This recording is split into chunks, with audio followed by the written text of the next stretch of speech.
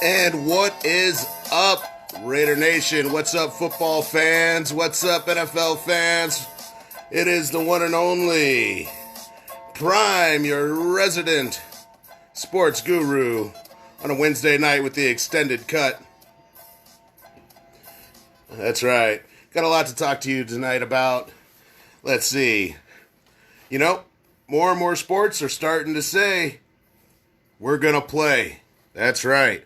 I mean, I had no doubt that football was going to be played this fall. But, you know, basketball's coming back. Baseball's trying to figure out a way if they can do so without screwing the players over millions of dollars, you know. But, yeah, the one train that's been chugging along this whole time is, of course, the NFL. That's right. So, oh, man. The four-letter network, of course, says, what up, there? Good to see some of the people here tonight. By the way, if you're not, you can follow us on, of course, Facebook, where we're on live a lot. Not to mention, of course, Twitter and Instagram and YouTube. That's right.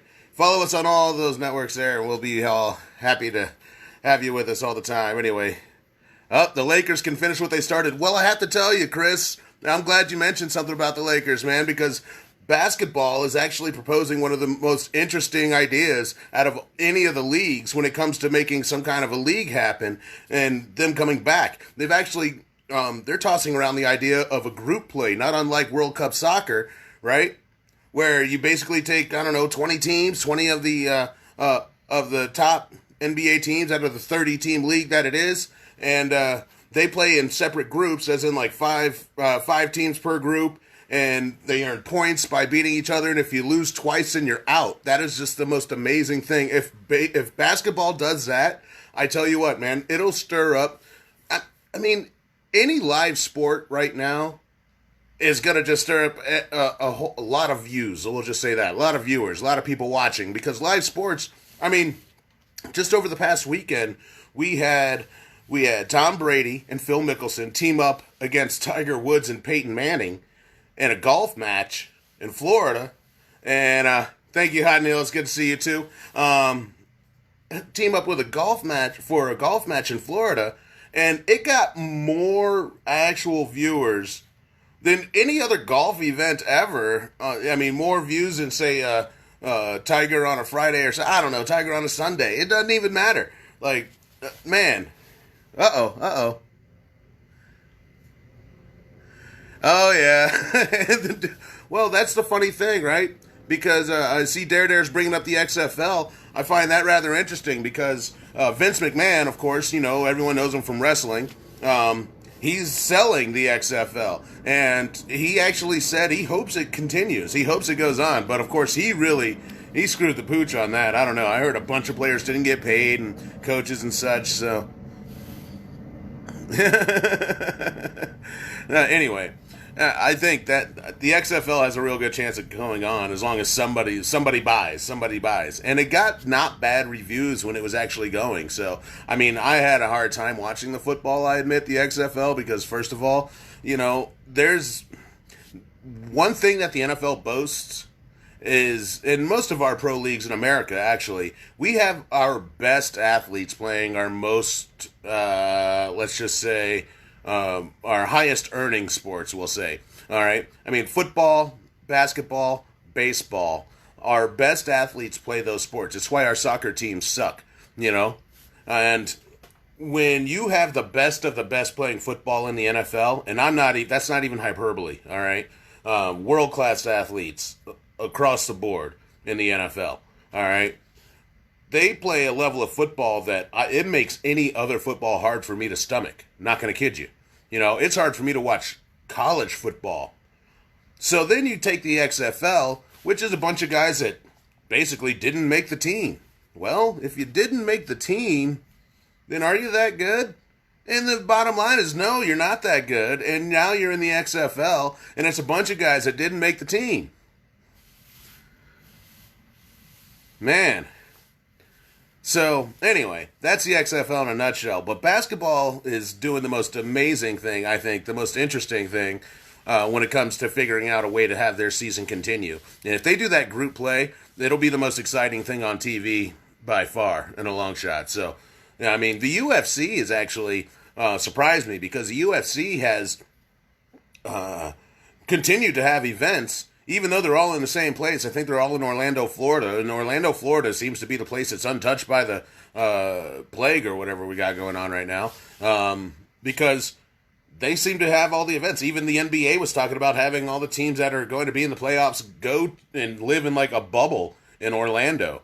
And, I mean, hockey, I mean, everybody has talked about just playing, well, why don't we just play in Orlando and Vegas? Because apparently, I guess, I don't know, it's the happiest place on earth, so maybe that's why they can have sports there. You know, I gotta get the Jamarcus Russell out, y'all. It's Jamarcus Russell time. Jamarcus on a boat. Oh yeah.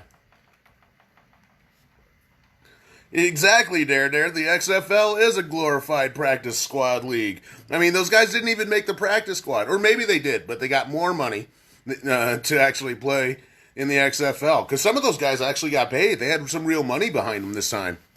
So, well, the NFL would not back the XFL. The reason why the NFL doesn't back the XFL is because they have a absolutely free, completely independent minor league that is called college football. College football is the reason why the XFL would never, I mean, you might be able to find a diamond in the real rough. I mean, you got to go searching if you're watching XFL for talent. Florida even made WWE an essential business. Yeah, well, you're right, Ricardo Ortiz. I see you. I am glad that all these fights are happening. You know? Oh, man. And there have been some good ones, too. I mean, Gaethje over, anyone see Justin Gaethje? Number 2 seed in the lightweights. What was his name? He looked like a damn zombie by the end. Oh man. Anyway, Gaethje's a man. I wasn't prepped for any UFC talk, but lo and behold, here we are. All right. But no, I for one am glad the UFC is trudging on. In fact, there's an event I know this weekend I'm gonna watch, and June 6th. So now, that is one thing. Bo Jones, you bring it up. I got to talk about it, man. Mike Tyson, they're talking about Tyson Fury fighting Mike Tyson. I mean, it's just for charity. This is just like it's not even a real thing. I mean, it's just an exhibition fight is what I'm getting at. Mike Tyson, 40-some-odd-year-old Mike Tyson versus Tyson Fury? Oh my gosh. I tell you what.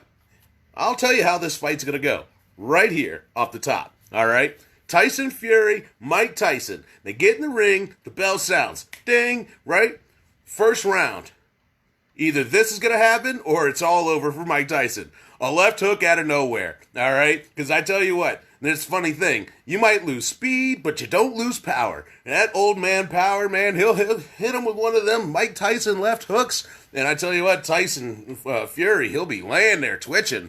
Thank you. Tony Ferguson got beat up by Justin Gaethje. Got handled by Justin Gaethje in a way that I never thought I would see Tony Ferguson go like that. Man, I thought Tony Ferguson, man, I think the world of that guy as a fighter. Don't get me wrong. He trains like nobody else. I mean, he does it like nobody else. That man tore his ACL, came back in 6 months, did not do any, physical therapy.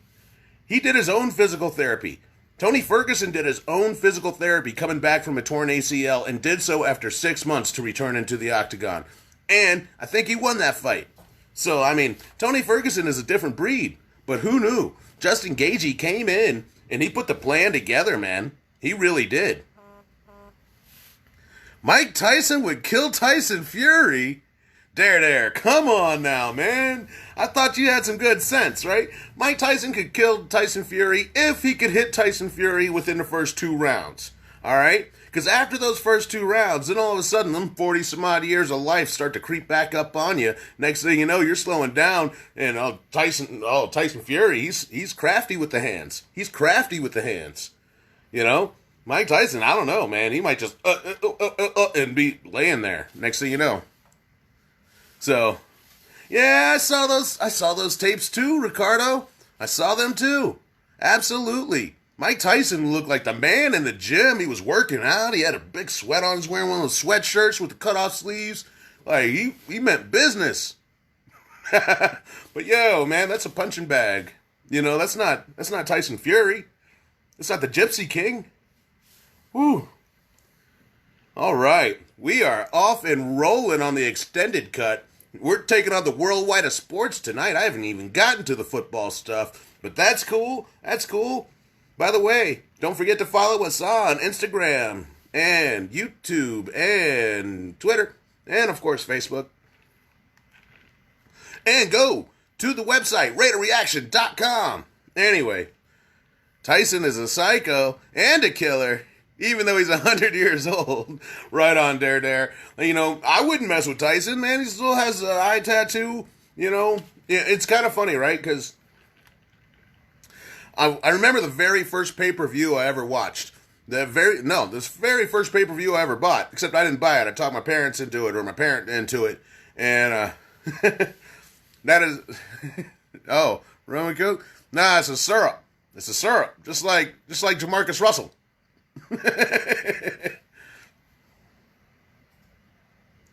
Oh, Ricardo, breaking out the actual logic for the UFC. And yeah, I do remember that Ferguson was training for Khabib. Khabib is obviously more of a wrestler than Gaethje, but I don't care. A fight's a fight. I mean, I know they're all, you know, top-notch, world-class fighters, you know? But still, I mean, you train for a grappler, yeah, but did he forget everything else? Like, he had at least like 5 weeks, if I'm not mistaken. 5 weeks to know that he wasn't going to fight Khabib. Yeah, that's right. This is my Jamarcus on a boat drink right here. Woo! I make jokes, but anyway. So, I mean, I know Ferguson was training for Khabib Nurmagomedov, but no, that still doesn't justify the beating. He got outclassed on his feet. Ferguson did, by Justin Gaethje. And Gaethje, I admit, man, I've watched him fight before. I've never seen him put it together like that before. Never. The guy, he has really heavy hands, and he's not afraid to use them. And that guy will get in there, and he'll knock you out. He'll get knocked out trying to knock you out. That's how Justin Gaethje fights. But against Ferguson, the dude was totally, man...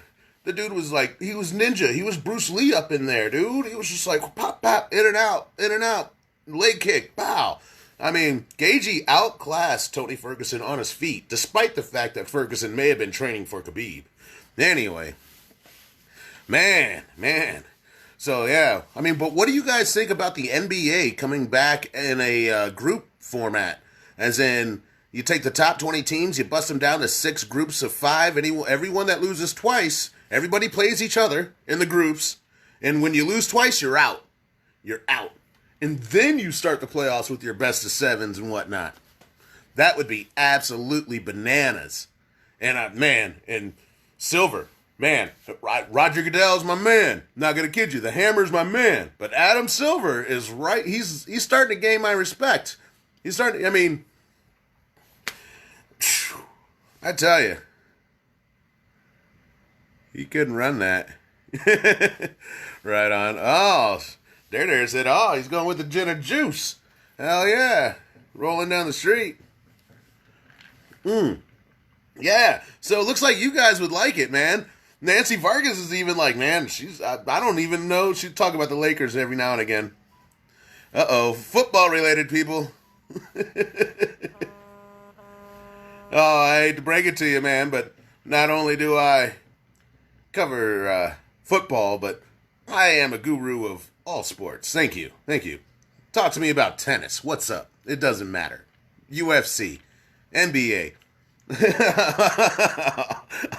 All right, Nancy. My bad. I get a little excited. So thanks again for joining me on the Prime Extended Cut. Oh, you want me to talk about Ruggs the Third? And if you don't do the pinky when you say Ruggs the Third, then you're not doing it right. Because that dude, he is class. He is a straight baller. I was calling it out before the draft even happened. I called it out draft night even. Oh, no, it was actually the Wednesday I did an extended cut before the draft, and I said Henry Ruggs III is a stud. I think he's the best wide receiver in the group. Because, I mean, you can't look at the old style of wide receiver. Man, you don't have 6'6", 4'3" guys like Calvin Johnson coming out of the college ranks, every year. But you're right, that is like March Madness times 10. What up? So, Henry Ruggs III, though, yeah. With him and Renfro, I think that the Raiders wide receiver core is going to be is greatly upgraded. They have got a serious upgrade. There have been a lot of teams that make some changes to particular certain positions, if you will, and position groups. Like, let's see, the Cleveland Browns, for instance, they totally revamped their offensive line because they had a terrible offensive line. Baker Mayfield was running for his life, and he's probably playing for his career this year. So, yeah. Ruggs has great red zone skills. Look, but yeah, that vertical 4.44. I'm telling you, man. Right now, I think the little fast guy is really making a name. Tyreek Hill is arguably one of the best wide receivers in the league right now. I mean, you could talk about that. He's in the conversation. Him, Michael Thomas, DeAndre Hopkins. Whew. But Ruggs, I think his hands are his best asset. His route running is his second best asset. And the way he can maneuver in the red zone is notable, for sure. One of his best assets as well.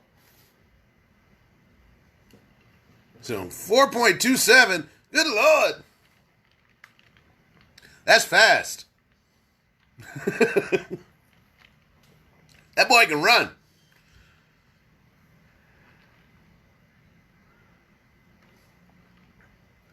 He's an Al Davis type of Raider. No, well, he's kind of like an Al Davis type of Raider. Depends. Did he run track? If he ran track in high school, then he's a Al Davis type of Raider. Yeah, not to mention Edwards is the dude who set all the records in University of South Carolina. Go Gamecocks! Yeah, that guy. He's a stud too, man. I'm telling you, the Raiders did some of the best work in terms of their wide receiver position group in this offseason. So now I still think there's going to be a quarterback controversy around week 4. Of this year for the Raiders, but I mean, hey, that's a wait and see. Yeah, well, I think you were good at running back. I'm sorry, but I think you were fine at running back. I think the draft pick could have been better spent somewhere else, but that's just me. But incidentally, while we're on the topic, I might as well tell you that the Four Letter Network let out their Football Power Index rankings. Yeah. So they basically, using information from, the previous season as well as the off season, to compile a ranking system for all 32 NFL teams. Woo! And Waller. Waller, actually, yeah. Waller's a good tight end. Dude, I tell you what. To me, right now, all right, I have to tell you, I am not your average football fan, okay? The commish is he's one of my best friends. He's my best friend, all right? And he is, of course, a diehard Raider fan. But I'm a fan of the league. To be perfectly straight up honest, my favorite team is my fantasy team. And, I mean, I got reasons for that. If y'all want to know, you can ask, but, yeah. My favorite team is my fantasy team. I love football and I love the league. Roger Goodell is my favorite player. So, anyway, so saying that, I have to tell you that the Raiders are one of the most, if not the most interesting teams right now, just because of what they're doing with the move to Vegas. First off, second off, they got a quarterback who really needs to prove himself. You know, well, Corey, what do I think the record ends up? I got to go over the entire season, the schedule. I got to look at the schedule, and I'll have an idea of how many wins. Now, I did pick the Raiders because we have an extra spot in the playoffs this year on both sides. So, with that extra spot, I think I did pick the Raiders. But man, I have to tell you, our defense on paper looks what? Much improved. Yeah, your defense looks much improved. I mean, you had some serious holes at cornerback that you addressed, and yeah, you did really good. But this team, with a lot of new additions, and another year of Gruden and instituting that offense and such, this is sort of make or break. Not for Gruden. That dude's locked in for 10 years. That guy's got nothing to worry about. Yeah, I think Carr's on borrowed time. And if you ask me, Mariota, he might be a step up. We'll have to see. That dude balls out. You will see. Man, as soon as they have some serious OTAs, once they start running those 7-on-7 drills and whatnot, Mariota looks like a world beater, dude. There's a reason why he, almost won the Heisman. Was the number 2 pick behind Jameis Winston. Famous James,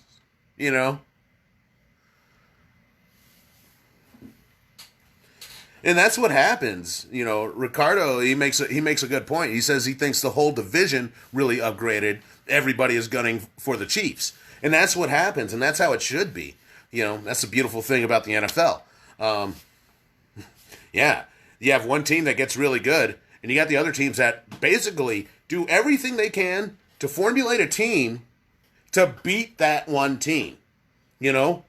Like for a while, for instance, the NFC West with the Seattle Seahawks. Russell Wilson might be the best quarterback in the league, if you ask me. There's a real good chance that man he's it. He's got it. He's got it. Because I mean, they're a long ways away from the Legion of Boom. That's all I'm going to say. Anyway, but you take the Seattle Seahawks, right? They won that division like 3 years straight, easy with the 49ers and the Arizona Cardinals and the Los Angeles Rams. Oh man, Renfro's better than Julian Edelman. Trust me on that. Watch. Especially, this year, Julian Edelman and Stidham. Man, they got a lot to work on up in New England. But, all right, so you take that NFC West where you had this team in the Seahawks that had a great quarterback and a stellar defense and a stud running back in Marshawn Lynch, right? So then you have the Rams. What do? At one point in time, those guys had Aaron Donald and Ndamukong Suh at defensive tackle. Like, that defensive line was absolutely sick. It took them to the Super Bowl, no less, where they lost. But don't sleep on Edelman. Don't sleep on Julian Edelman. I don't sleep on Julian Edelman. He was on my fantasy team last year. I had Julian Edelman. Man, my wide receivers were stacked. Anyway, yeah. I won the AFC Championship last year and lost in the Super Bowl. I don't want to talk about it. Straight cash on me. Anyway, I'm gonna sleep on Julian Edelman this year. I am. I don't care. Well, honestly, if I look at this with logic and reason, which is how I like to approach a lot of the football matters in the NFL, all right, I'm going to think back that the New England Patriots went 11-5 with Matt Castle, all right? I'm going to think that Jimmy Garoppolo was undefeated in 5 starts with the New England Patriots. I'm going to remember that Jacoby Brissett was a quarterback for New England, and I think he had a winning record. Like he was like 4-1 or 7-1, something like that. Like all these guys just get in there. Yeah. I know Goff is average Chris Montiel, and that's why I think Cam Newton's the next LA Ram quarterback, but that's just me. That's just me. So anyway, once they're like, oh, then the Dolphins were the most improved team last year, like in the last 8 games, in the last 4 games. I think they won 4 out of the last 5 games of the season, including beating New England, which took away their home field advantage. So the Dolphins are gonna, yeah, they're getting better. They're getting better. But yeah. By the way, if you're just tuning in, this is Prime with the extended cut. Don't forget to follow Radio Reaction on all of our channels. Instagram, YouTube, Twitter, you know it. All that. Facebook. Follow us. RadioReaction.com. Check it out. Go there. Log in. Sign up. Anyway, you can get the lowdown on all of our cool stuff. I mean, right now, it's in the works. Prime and the commish are looking at week 2, that Monday nighter in Las Vegas. We're looking to make that happen. So, all right. Well, I did want to, I know I go all over the board. Sometimes I get back to what I was talking about, and if I don't, then I'm sorry, you know. But Carr has, yes, I will say, yeah, Carr definitely has more weapons now and no more excuses. Well, I mean, you could say that there are a lot of wide receivers that were dropping balls in Oakland. Hopefully, they catch some balls in Vegas. That's all I'm going to say.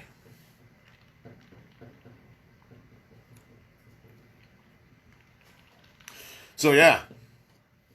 So, this football power index, of course, it has Kansas City as number 1, and I agree with that because, well, they won the Super Bowl. Until they lose the Super Bowl, I think they're the best team in the league.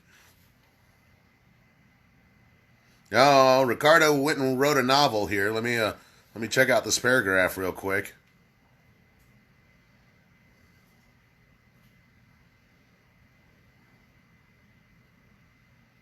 Oh, man. You know, when you bring up that whole Raider New England thing, you know, gosh, with everything that went wrong, I mean, everything that was absolutely wrong with that game, it sickens me, man. They had a like a tractor come out and clear off a patch of snow for the kicker to come out and, man, the tuck rule, that was a fumble. I don't know what side of football you woke up on, but that's a fumble. Anyway, what up, bro? What up, Carl? And yeah, Cam Newton over Jared Goff? Absolutely. I mean, Cam Newton's been an MVP of the league. He's gone to the Super Bowl. Man, how is he still unemployed? Well, I have my theories why Cam Newton is still unemployed. I mean, first of all, he's a number 1 starting quarterback. He's not a backup, you know. He's not like the Red Rocket out of Cincinnati who's now in Dallas, backing up Dak Prescott, who won't sign a contract because he thinks he's way more than he is. Yeah, Williams should be. He will be expendable anyway. With Edwards in the fold, absolutely. But hey, he's not bad. I think he's a better number 2 than he is a number 1. And last year, Terrell Williams, had to be a number 1 with the spot that was left open by AB. We'll just say.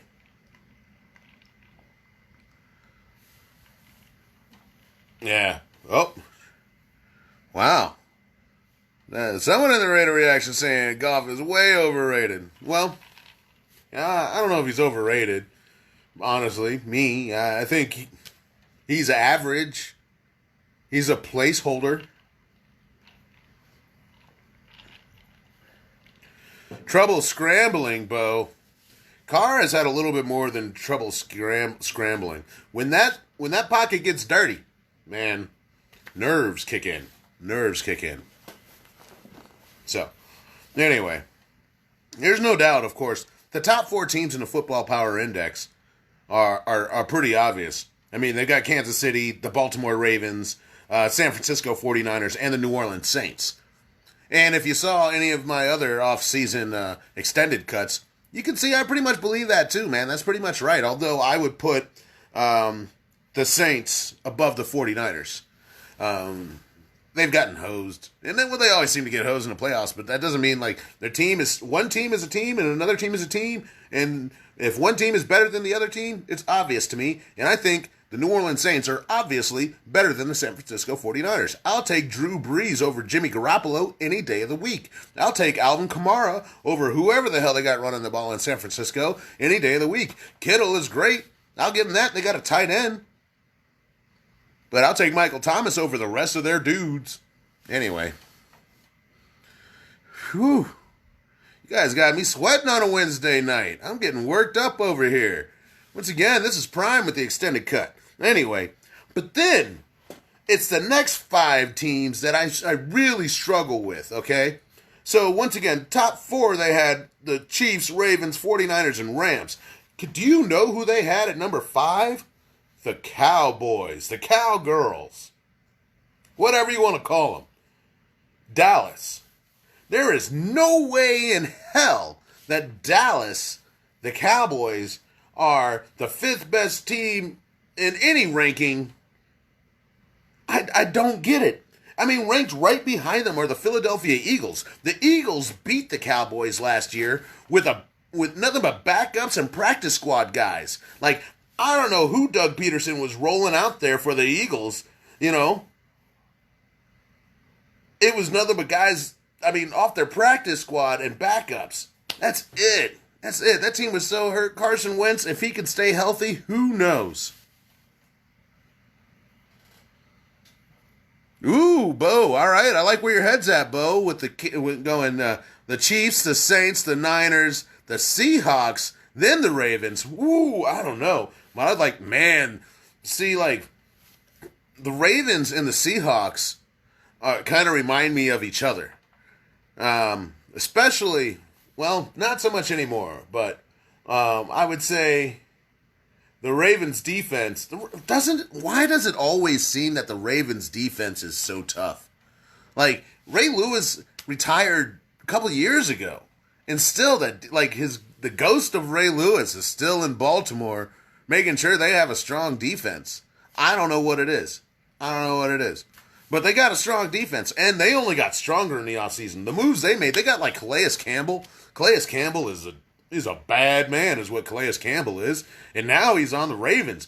Dude was in Jacksonville last year, and Jacksonville sucked. And he still got stats. I mean, that guy's a tackle, sack. He's a stud. Calais Campbell. Think he got drafted in Arizona? Anyway.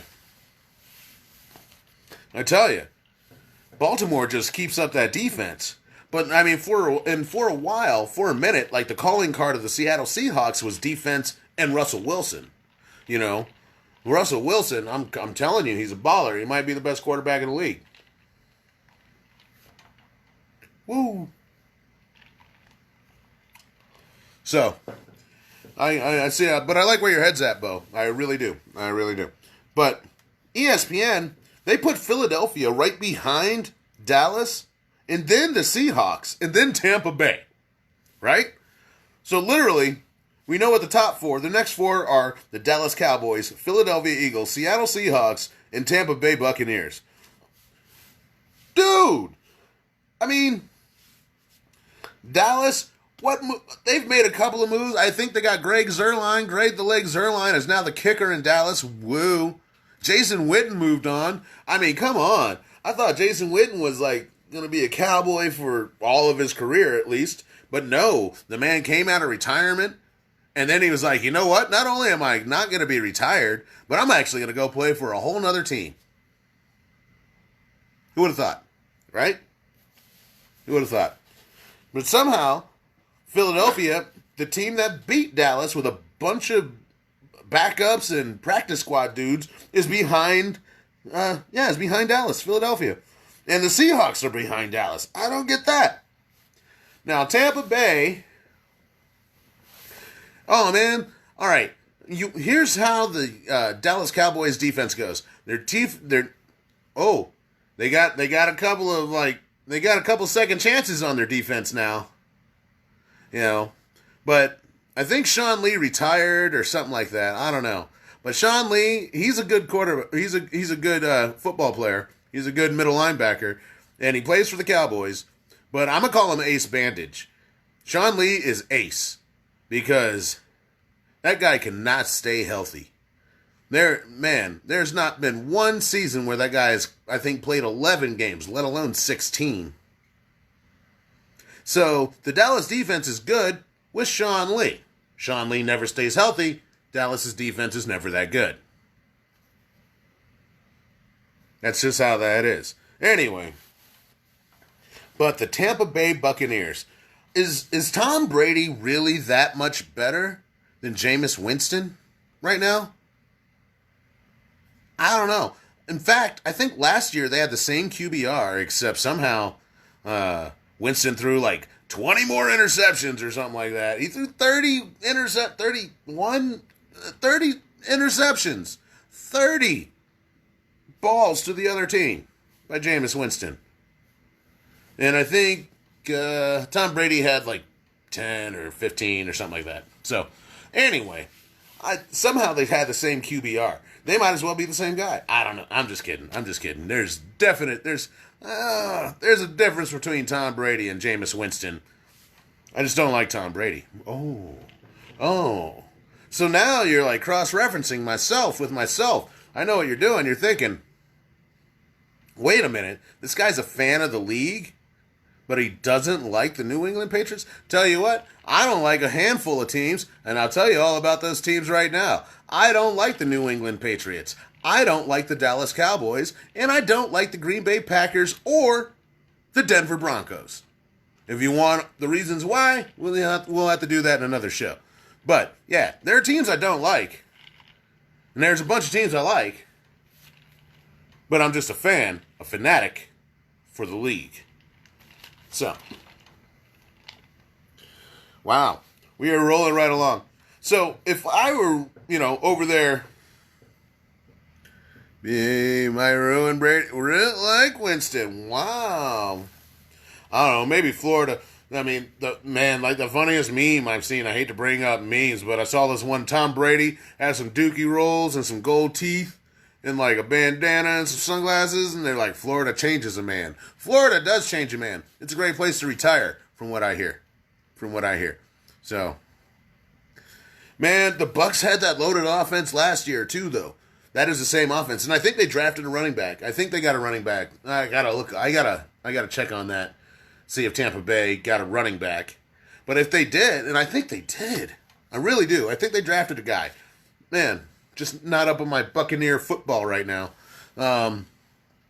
But, yeah, they got a running back. So that offense is still stacked. And they got a decent defense, But they're in the same division as the Saints. Everyone's down on Carolina. Everyone's down on Carolina with the new coach and no Cam Newton. See, I tell you what, Byron, I don't hate Kansas City, and I'll tell you why. All right? I was in Kansas City last season, for the Raider game, actually, in Kansas City. It's like a 3-hour shot from where I'm at, okay? And I hooked up with the Kansas City Raider Nation and had a fantastic time. I really did, man. It was all about football and love and good times, man. And bottle service and me getting... Anyway, I don't want to talk about it. It was a good time. So Kansas City, I can't hate, man. Hey, good on you, Kansas City. Plus, my wife has a crush on the quarterback. What can I do? I gotta be like, that team's all right. That Kermit the Frog sounding mother. All right. Lewis says, Miami, Cleveland, Vegas rated the best improvements in the offseason. Right on. I'd like to know your source on that, Luis. There. I really would. Tom Brady is a hit away from collecting... Well, but he doesn't take those hits, man. Tom Brady hasn't eluded a tackle in forever. The man just lays down anytime he hears footsteps. The only time you can tackle him is when you sneak up on him. And that could be the one. That could be the hit that ends Tom Brady's career. Right there. The one he doesn't hear coming. Because, man, that guy lays down. Like, he crumbles. Anytime, defensive guy. Then all of a sudden, Brady's just like, crumbles. Anyway, astounding, I tell you. Now, the rest of the list, I admit, not that interesting. You know, they did put New England above Buffalo. And from what I hear, looking at the numbers and such, Buffalo they have great barbecue.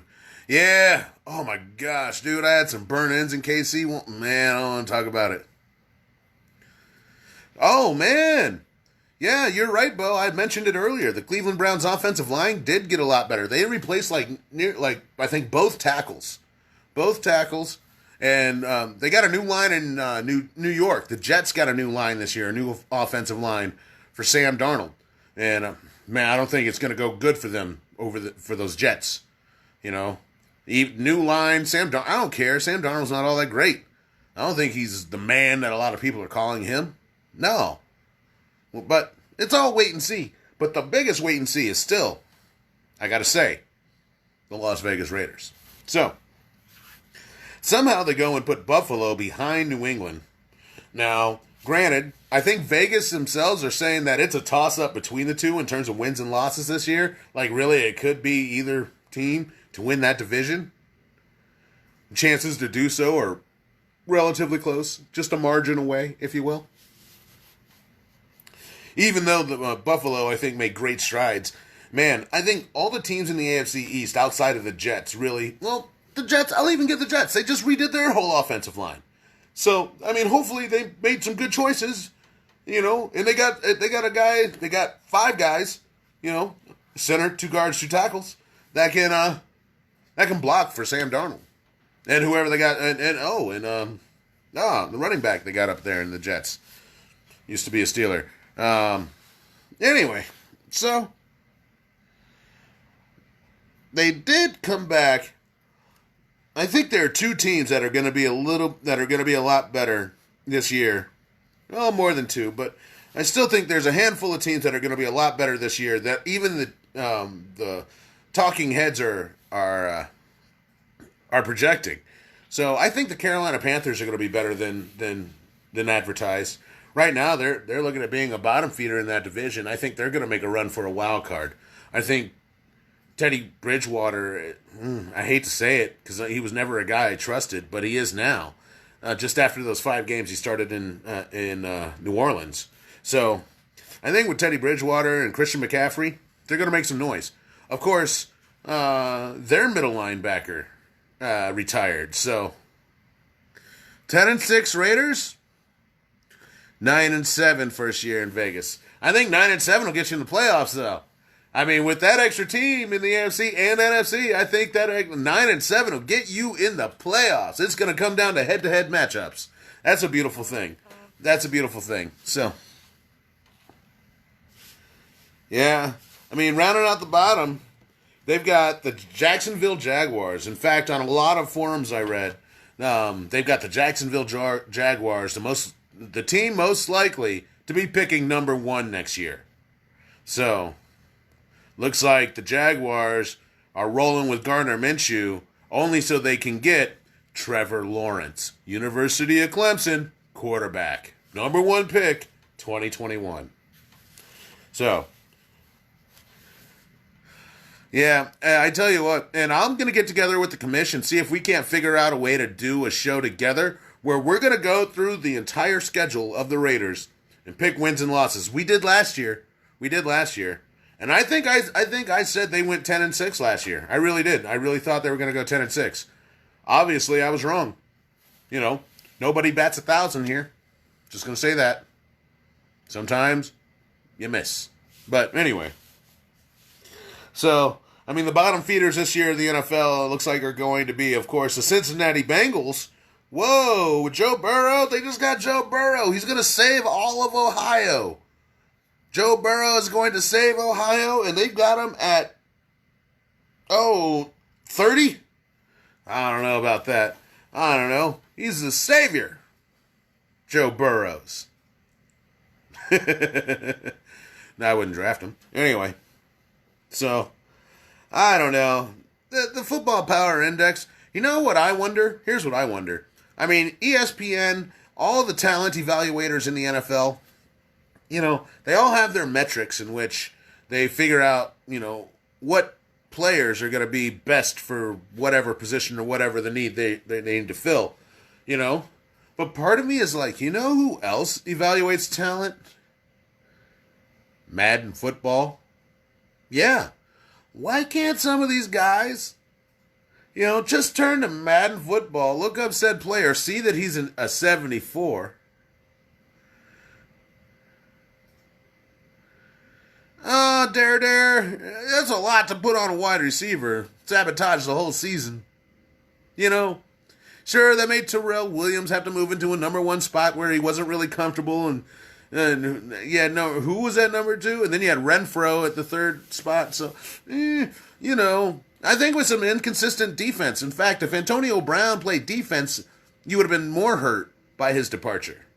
But no. Anyway, but got to score points to win. That's the bottom line. So, they do have the Raiders there, smack dab in the middle. Let's see. They are 1, 2, 3, 4, 5, 6, 7, 8, 9, 10, 11, 12. Oh. 13, 14, 15, 16, 17, 18, 19. All right, they're in the bottom third, man. ESPN has no faith in the Raiders, I guess. So, I hope they make the playoffs. Of the teams, I hope make the playoffs in that extra playoff spot. I gotta say the Oakland Raiders. I hope they get that extra spot, and I hope the Detroit Lions get that extra spot in the NFC, because Detroit's, man, they've been sorry for a good long time. So I just have a soft spot for them. Yeah. Perfect. I tell you what. Yeah, losing Perfect was huge, because that dude's good. But, I mean, you guys got Corey Littleton this year. Corey Littleton, he was a Ram last year and an absolute tackle machine. That dude is such an upgrade at linebacker, outside linebacker. I think the Raiders are going to be really happy with Corey Littleton. I think that was a fantastic move, if you ask Prime, if you ask me. So, man. All right. Well, I tell you what, guys, it's cool. I'm about at the end of my drink, which means the show is almost over. I am going to come back next Wednesday, of course. We're going to talk about the worldwide, the wide world of sports. I don't know if you guys can hear that in the background. It's the sound of liquor pouring. Yes, right, son. Whoa, man. Luis put up so much, it just says see more. I don't have time to see more. I'm not shocked by... It's about to get lit on a Wednesday, son. Thanks, Dare. I appreciate you. What do you know? I guess I got a whole new drink, so maybe I just keep this show going. You guys want to talk about sports? Anyone want... man.